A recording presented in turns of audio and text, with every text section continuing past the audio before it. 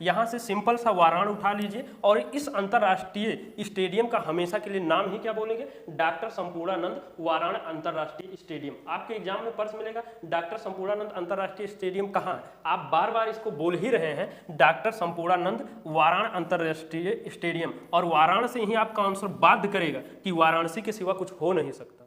यदि सिलेक्शन नहीं हो रहा तो उसके जिम्मेदार कोई और नहीं बल्कि सिर्फ और सिर्फ तुम हो, क्योंकि पता ही नहीं है क्या पढ़ रहे हो क्या भूल रहे हो। एक सही लाइन लेंथ से अप्रोच के रणनीति के साथ में पढ़ने से ज़्यादा जब याद करने पर फोकस करेंगे तभी आपका जल्दी सिलेक्शन हो सकता है। नमस्कार, स्वागत है सिलेक्शन महाकुंभ में। अब वहीं तक प्यार से समझावत रहे, लेकिन आप सब ना समझते हैं तो अब डांट के समझाओ पड़ी। आइए चलते हैं सीधा क्लास में और 15 अक्टूबर का करंट अफेयर पढ़ेंगे नहीं बल्कि सीधा याद करेंगे।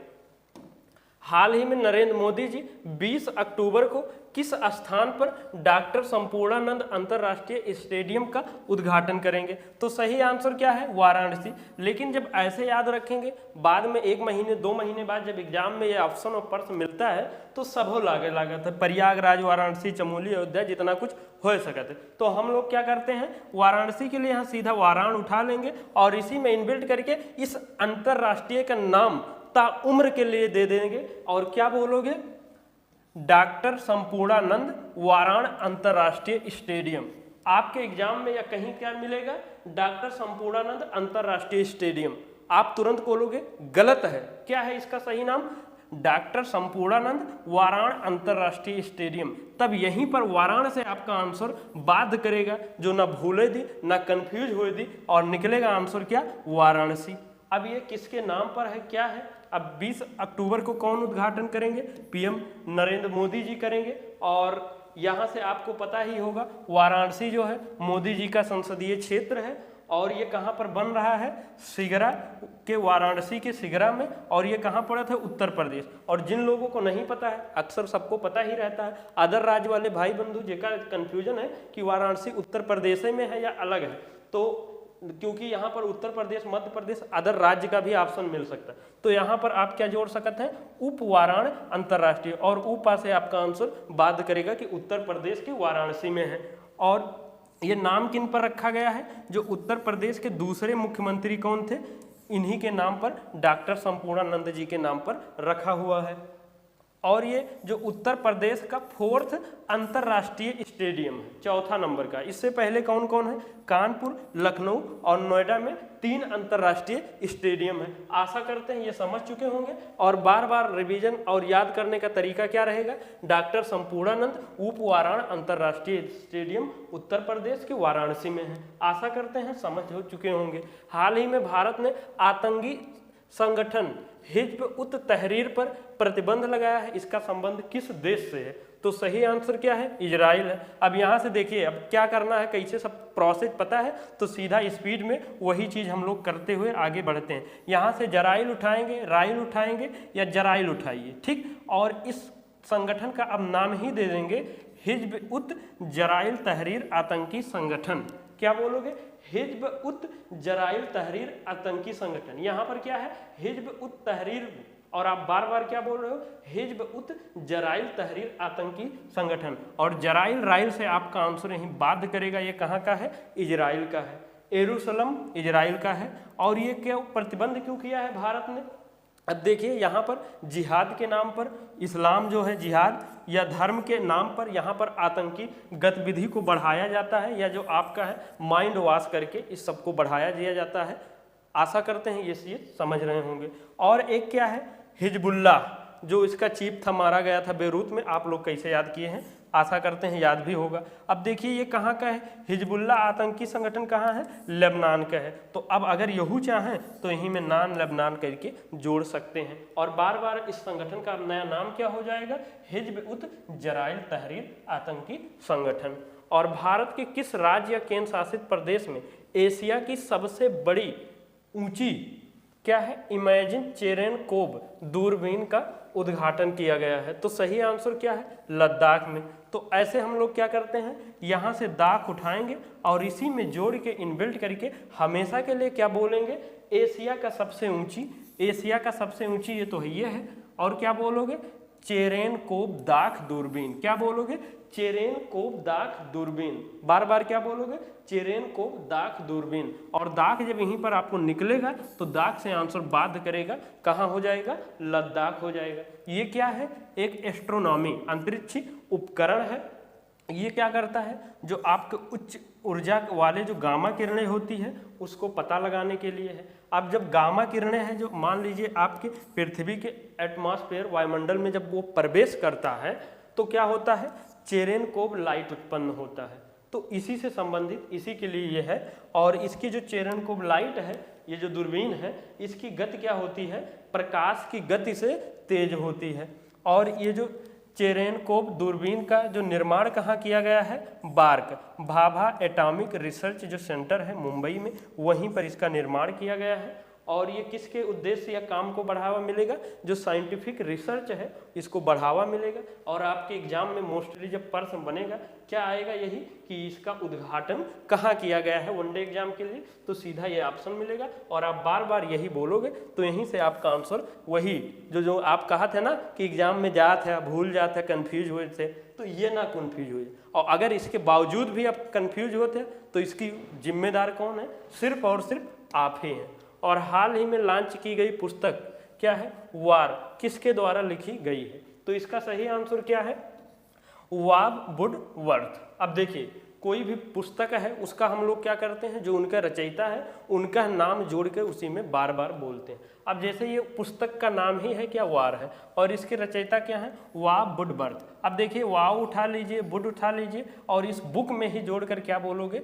वार वाव वुड बुक, ऐसे नाम ही बोल दीजिए। अगर ये ना बताया जाए, सीधा यही आपको बोला ही जाएगा कि वार वाव वुड बुक या वुडवर्थ बुक। तो कहीं ना कहीं आपका जब ये बार बार यही बोले रहेंगे तो जब वार देखिए तो वार वर्ड वाब वुड से आपका कहीं ना कहीं आंसर बाध करेगा, ये आप तक पहुंच जाएंगे। वार वाव बुक वा बा बा करके आप आ बा बा बा करके आप यहाँ आंसर तक पहुंच जाएंगे। ये कौन है? एक अमेरिका के फेमस जर्नलिस्ट हैं। इनका 4th नंबर बुक है। और इसमें क्या बताया है? जो अमेरिका और रसिया रूस के संबंधों के बारे में बताया गया है। जो बाइडेन राष्ट्रपति जी थे और डोनाल्ड ट्रंप, उनके दोनों के कार्यकाल के बारे में क्या कैसे संबंध रहा है उसी के बारे में बताया गया है। लेकिन आपका जो पूछा जाएगा यही, ये के रचयिता कौन है? हाल ही में मध्य प्रदेश सरकार ने किसे क्या किशोर कुमार पुरस्कार से सम्मानित किया है? तो सही आंसर क्या है? राजकुमार हिरानी जी को। अब यहाँ से आप क्या करोगे? सीधा उठाए के इसका नाम ही दे दो, किशोर कुमार राजकुमार पुरस्कार। कितना बढ़िया बैठक भी है, किशोर कुमार राजकुमार 23 पुरस्कार, अर्थात ये वर्ष 2023 वाला है। आप बार बार क्या बोलोगे? इस पुरस्कार का नाम किशोर कुमार राजकुमार 23 पुरस्कार। अब जब ये ऐसे बार बार बैठाए रहेंगे ना तो यही आपका कंफ्यूज ना हो दी। आप बार बार क्या बोलोगे? किशोर कुमार राजकुमार 23 पुरस्कार। तो ये आपका प्रश्न हुई है, इसी में आंसर। और जब ये ऐसा हो गया तो इसी में आपका सिलेक्शन हो चुका है। और ये प्रदान करता कौन है? मध्य प्रदेश सरकार है। और ये राजकुमार हिरानी जी कौन कौन मूवी के क्या है आप ये देख सकते हैं डायरेक्ट। पीके जो है कितना हिट मूवी है, 3 इडियट है, मुन्ना भाई MBBS, बहुत बढ़िया बढ़िया मूवी है, देख ले। और बाकी सब पर अभी ना ध्यान दें, अभी पहले सिर्फ आपके एक मूवी है, वो आपका कौन सा है? सिलेक्शन वाला है। और हाल ही में भारत सरकार का पहला एकीकृत राज्य स्तरीय साइबर कमांड और नियंत्रण केंद्र का उद्घाटन कहाँ किया गया है? तो सही आंसर क्या है? महाराष्ट्र। यहाँ से महा उठाइए और इसी में जोड़ जोड़कर आप क्या बोलोगे? साइबर महाकमांड महानियंत्रण केंद्र। आगे तो ये लगा ही रहेगा क्या? ये भारत का पहला एकीकृत राज्य स्तरीय, आप एक लिख लें, क्या बोलोगे? भारत का पहला एकीकृत राज्य स्तरीय साइबर महाकमांड महानियंत्रण केंद्र का उद्घाटन। और जब महा आपका एक्स्ट्रा जुड़ रहा है तो हम लोग का आंसर बाध्य हो रहा है। महा से आपका आंसर क्या निकलेगा? महाराष्ट्र। ये कहाँ पर है? नवी मुंबई महाराष्ट्र में किया गया है। ये क्या है? 1 स्टेप सोल्यूशन। यहाँ पर सारा सब कुछ साइबर क्राइम से रिलेटेड जो महाराष्ट्र से संबंधित है सब यहाँ पर सॉल्व होगा। और ये पोर्टल का क्या है?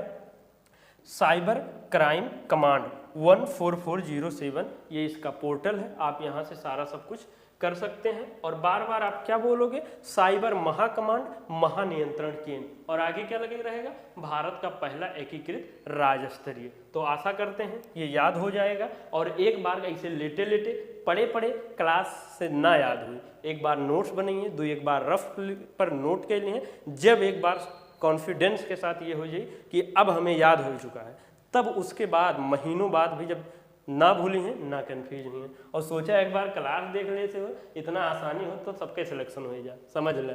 और हाल ही में केंद्र सरकार ने किस 14वीं महारत्न CPSC का दर्जा दिया है, तो सही आंसर क्या है, हिंदुस्तान एरोनॉटिक्स ये लिमिटेड का पीछे लाया हुआ, ठीक, क्या है सही आंसर, हिंदुस्तान एरोनॉटिक्स लिमिटेड, और ये क्या है 14वीं महारत्न कंपनी है। अब देखिए तो इसको क्या बोल सकते हो, HAL, क्या, हिंदुस्तान एरोनॉटिक्स लिमिटेड, तो आप इसको क्या बोलोगे, 14वीं महारत्न HAL CPSC, ठीक, आप बार बार यही बोलोगे, यही लिखोगे।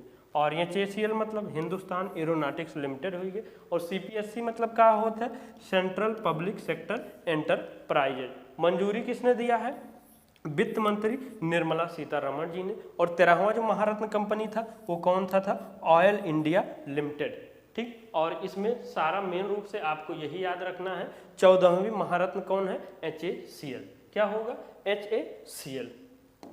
हाल ही में 149वीं अंतर संसदीय संघ IPU असेंबली कहाँ प्रारंभ हुआ है, तो सही आंसर क्या है, वैसे प्रारंभ भी हुआ है जेनेवा में, और यहाँ हम लोग इसका मुख्यालय कहाँ है, जेनेवा में, वो याद करेंगे। कोई भी संगठन का मुख्यालय क्या करते हैं हम लोग, वो उठा लेते हैं, जैसे जेनेवा में है तो नेवा उठा के इसी में इनबिल्ट करके बार बार क्या बोलोगे, अंतर संसदीय नेवा संघ, क्या, अंतर संसदीय नेवा संघ। तो बार बार आप जब यही बोले रहेंगे तो नेवा से आपका आंसर बाध करेगा जेनेवा, जैसे अंतर्राष्ट्रीय स्वास्थ्य नेवा संगठन, अर्थात स्वास्थ्य का कहाँ है मुख्यालय, जेनेवा में, ऐसे ही सभी मुख्यालय आपको याद कराया गया है। और ये क्या है, 149वां सत्र का बैठक है जो कहाँ हो रहा है, जेनेवा में, 13 से 17 अक्टूबर का हुई, डेट वोट ना याद रखे थे। और उसके बाद ये भारत की तरफ से कौन लीड करेंगे, ओम बिड़ला जी, और यहाँ पर साथ में कौन गए हैं, राज्यसभा के उपाध्यक्ष भी गए हैं और कुछ लोग, लेकिन मेन इंपॉर्टेंट आपका क्या बनेगा, ओम बिड़ला जी। और इसका मुख्यालय कहाँ है, जेनेवा में, जो ये आप बार बार क्या बोलोगे, अंतर्राष्ट्रीय संसदीय नेवा संघ। और क्या है, इंटर पार्लियामेंट्री यूनियन, तो इसका अर्थ वही हो जाए अंतर संसदीय संघ। इसमें टोटल कितने हैं, 180 सदस्य हैं। स्थापना कब हुआ रहा, 1889 में, मतलब पूरे विश्व के जो 180 देश है यहाँ पर सब लोग यहाँ इकट्ठा होंगे संसद से रिलेटेड। और हाल ही में चर्चा में रहा SBS 3 परियोजना का संबंध किससे है, तो सही आंसर क्या है, जासूसी उपग्रह से। तो यहाँ जासूसी उठाई के इसका नाम ही दे दीजिए SBS जासूसी 3 परियोजना। आपके एग्जाम में या लोग और क्या पढ़ेंगे, SBS 3 परियोजना, जो भूली हैं वो कंफ्यूज हुई, लेकिन आप पढ़ ही रहे हो, योजना का नाम ही दे रहे हो SBS जासूसी 3 परियोजना, क्या, SBS जासूसी 3 परियोजना। और यहीं पर जासूसी से आपका तहलका मचाओ के लिए आंसर क्या हो चुका है, जासूसी उपग्रह। और ये SBS के फुल फॉर्म क्या है, स्पेस बेस सर्विलांस, अर्थात अंतरिक्ष आधारित निगरानी, मतलब अंतरिक्ष से निगरानी किया जाएगा। इसमें कौन सा होंगे, 52 जासूसी उपग्रह होंगे, निम्न भूकक्षा में रहेंगे, और मेन रूप से जासूसी कह के करी है चीन का और पाकिस्तान का।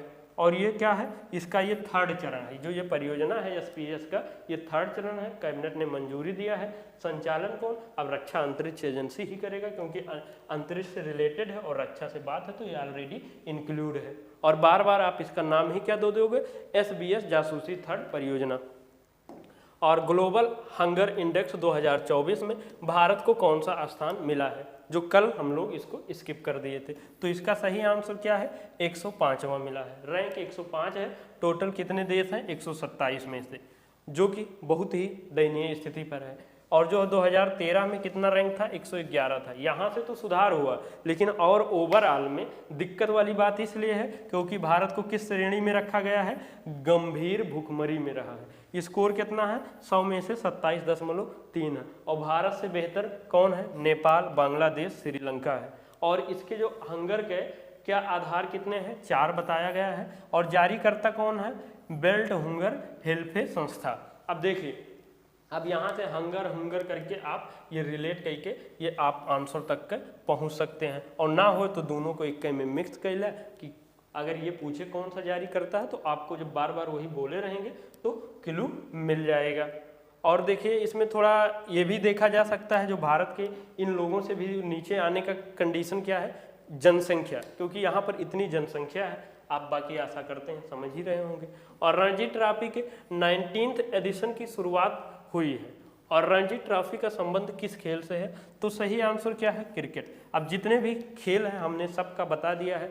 ईरानी क्रिक ट्रॉफी, विजय हरारे क्रिक ट्रॉफी या हराके का से, हर एक जगह या क्री से आपको 2 पैटर्न मिलेगा, या उस नाम में ही लास्ट वाला की का कर दीजिए या उसमें अलग से क्रिक जोड़ दीजिए। और हर एक जगह का की से या की से क्रिक से आपका बाध्य करेगा आंसर क्रिकेट ही होगा। अब जैसे इसको क्या बोलोगे? रणकी ट्रॉफी या रणजी क्रिक ट्रॉफी। यहाँ दोनों से आपका आंसर ये बाध्य कर रहा है कि क्रिकेट के सिवा कुछ और हो नहीं सकता। आयोजन कौन कराएगा? सिंपल सी बात है, घरेलू प्रतियोगिता है, बीसीसीआई ही कराएगा। 19th संस्करण है, 32 टीमें भाग लेगी, 2 चरण में खेला जाएगा, 11 अक्टूबर से मार्च 25 तक। और 89 वाला संस्करण विजेता कौन रहा है? मुंबई। अब इस सब में आपको अगर देखा जाए तो मेन रूप से यही इसका संबंध क्या है? 89 वाला अगर चाहें तो याद रख सकते हैं मुंबई, और बाकी तो बस ये सब बहुत ये भी एग्जाम में बन सकत है। और निम्नलिखित में से कौन हरियाणा विधानसभा चुनाव 2024 के बाद हरियाणा के मुख्यमंत्री के रूप में शपथ लेंगे? तो सही आंसर क्या है? नायब सिंह सैनी। वैसे मैक्सिमम लोग को याद ही होगा, ये पुराने जो इससे पहले थे, और बीजेपी ने इस बार बहुमत हासिल करते हुए तीसरी बार सरकार बनाने जा रही है, तो इनको हम लोग जैसे याद है तो अच्छी बात है। और जिन लोग के कन्फ्यूजन होते भूल जाते हैं तो हरियाणा के लिए हरि उठाई के इसी में इनबिल्ट करके क्या बोलोगे बार बार? नायब हरि सिंह सैनी। क्या बोलोगे? नायब हरि सिंह सैनी। और हरि से हरियाणा हो जाएगा। और यहाँ पर बीजेपी ने 48 सीट हासिल किया है, जीत किया है। और टोटल यहाँ कितना था? 90 सीट था। जम्मू कश्मीर में भी इलेक्शन हुआ है और वहाँ का अभी निर्णय नहीं आया है, मतलब कि कौन क्या मुख्यमंत्री बनेंगे, बाकी क्लियर है। लेकिन जब ऐसे अनाउंस हो जाएगा कि 17 अक्टूबर को शपथ यही लेंगे तब वो भी आ जाएगा। और वहाँ भी कितने हैं? 90 सीटें हैं। बीजेपी लगातार तीसरी बार सरकार बनाएगी। शपथ कौन दिलाते हैं मुख्यमंत्री को? वहाँ के राज्यपाल। और राज्यपाल कौन है? बंडारू दत्तात्रेय। कुल सीट कितनी है? 90 सीट है। और आशा करते हैं आज का क्लास बहुत ही शानदार जबरदस्त रहा, क्योंकि हर एक क्वेश्चन में बहुत शानदार तरीके से याद करे वाला फिट बैठा है। तो आप लोग फॉलो करें, और जो लोग चैनल पर पहली बार आए हैं अभी तक सब्सक्राइब नहीं किए हैं, बेल आइकन नहीं हिट किए हैं, अब कर लें। ये ना हो कि 2-4 साल निकल जाए, ओवर वोज हो जाए, तब लगे कि काश ये तरीका हम उस टाइम ही फॉलो कर लिए होते, मिल गया होता। तो ऐसा ना हो, आप लोग ये अब तरीका फॉलो करें हर एक सब्जेक्ट में, जिससे कि ना भूलें ना कन्फ्यूज हो। और जो लोग ऑलरेडी किए हैं और जुड़ चुके हैं और तरीका फॉलो कर रहे हैं, बधाई हो, आप जल्द ही सिलेक्शन लेने वाले हैं। और यहाँ पर आप लोग लाइक कमेंट शेयर लोगों को कर दीजिए, जिससे और भी मोटिवेशन मिले और क्लासेज आए, और इन सब से आप जुड़ जाइए। अब चलते हैं कहाँ पर? सिलेक्शन वाले जोन पर। अभी तक जो हम लोग पढ़े हैं वो तो ठीक ही है, लेकिन सिलेक्शन कौन दिलाएगा? ये, क्योंकि आप जो पढ़े हुए हो वो याद है कि नहीं। अब देखिए, हाल ही में अंतर्राष्ट्रीय कैरियर से संन्यास लेने वाले कौन? राफेल स्पेन और टेनिडाल का संबंध किससे है? अब ये आंसर बद चुका है, स्पेन के हैं, और टेनिडाल से आंसर हो जाएगा टेनिस। और 2024 में साहित्य का नोबेल पुरस्कार किसे दिया गया है? तो हान हित कांग या हान साहित्य कांग। अंतरिक्ष आयोग ने भारत और किस देश के संयुक्त चंद्रमा मिशन लूपेक्स भार पान मिशन, क्या बोलते हैं? लूपेक्स भार पान मिशन, अर्थात किसका है? भारत और जापान का संयुक्त मिशन है। 2024 में नोबेल शांति पुरस्कार किसे दिया गया है? तो क्या हम लोग देखिए किसी में फिट बैठ रहा है? जी हाँ, तो क्या हम लोग बोले हैं? निहो शांति हिंदक्यो संगठन। और चक्रवात मिल्टन अमेरिका ने हाल ही में किस देश को प्रभावित किया है? सही आंसर क्या है? अमेरिका से। अमेरिका महिला T20 क्रिकेट में सबसे तेज 2000 सैफाली रन बनाने वाली सबसे युवा सैफाली या सबसे सैफाली युवा खिलाड़ी कौन बनी है? सैफाली से Shafali Verma. Global hunger index में 105। और हाल ही में टाटा ट्रस्ट का नया अध्यक्ष किसे नियुक्त किया? और नया कुछ मिल रहा है? ना औरिया से नोएल टाटा। हाल ही में माओवादी प्रभावित क्षेत्रों के लिए ग्रामोदयोड़ी योजना किसने प्रारंभ की है? ओडी से आपका आंसर निकलेगा ओडिशा। और हाल ही में दिवंगत हुए वेणु कार्डियो गोपाल का संबंध, क्या डॉक्टर वेणु कार्डियो गोपाल का संबंध किससे है? कार्डियो से आपका आंसर कार्डियोलॉजी। विश्व प्रवासी पक्षी दिवस कब मनाया जाता है? 12 अक्टूबर को। और हाल ही में दुनिया की 8000 मीटर ऊंची सभी 14 चोटियों को फतह करने वाले सबसे कम उम्र के व्यक्ति कौन है? नीमा रेंजी। और IBSA मार नामक संयुक्त समुद्री अभ्यास, I से इंडिया, B से ब्राजील और S से साउथ अफ्रीका। तो सही आंसर आपका ये। अंतर्राष्ट्रीय बालिका दिवस कब मनाया जाता है? 11 अक्टूबर को। हाल ही में आपूर्ति खाद्य श्रृंखला प्रबंधन प्रणाली के तहत अन्न दर्पण किसने? NFCI दर्पण, तो अर्थात भारतीय खाद्य निगम। और हाल ही में प्रधानमंत्री नरेंद्र मोदी जी ने फालामोस रामायण का पाठ कहाँ और उसके बाद क्या है? लाओस आपका आंसर निकल जाएगा। हाल ही में भारतीय महिला टीम ने पहली बार एशियाई टेबल चैंपियनशिप में कौन सा पदक जीता है? महिला वाला भी कांस्य और पुरुष वाला भी कांस्य। हाल ही में प्रधानमंत्री श्री नरेंद्र मोदी जी ने भारत कौशलंबई संस्थान, क्या भारत कौशलंबई संस्थान का उद्घाटन कहाँ किया है? तो आपका ये आंसर हो गया अंबई से मुंबई। अब जो लोग सारा सब कुछ हमने क्लास भी याद करा दिया, रिवीजन करा दिया, अब आप सिलेक्शन अपना सुनिश्चित कर लीजिए। और ये आपके टेलीग्राम चैनल है, जो लोग नहीं जुड़े हैं यहाँ पर आपका PDF लिंक क्विज सारे क्लासेज मिलते रहते हैं। इन्हीं सब शब्दों के साथ में